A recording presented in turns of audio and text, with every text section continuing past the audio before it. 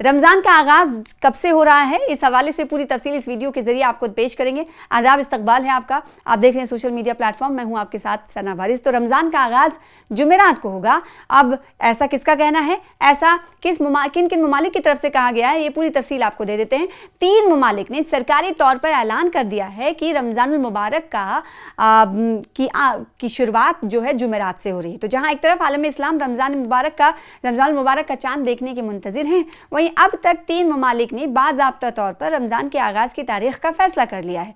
International astronomy centre के मुताबिक सल्तनत ओमान के साथ साथ तुर्किया और सिंगापुर ने ऐलान किया है कि आइंदा जुमेरात यानी 19 फरवरी रमज़ान मुबारक का पहला दिन होगा। वाज़ेह है कि तुर्किया हिजरी महीनों के तयन के लिए पहले से तयशुदा फल्कियाती हिसाब किताब पर भरोसा करता है और साथ ही चांद की रुयत को भी मद्देनजर रखता है। तुर्की के मजहबी उमूर के महकमे ने वजाहत की है कि 17 फरवरी मंगल के रोज़ आलम अरब, आलम इस्लाम और यहाँ तक कि बर्र आज़म अमरीका में कहीं से भी चांद देखना मुमकिन नहीं।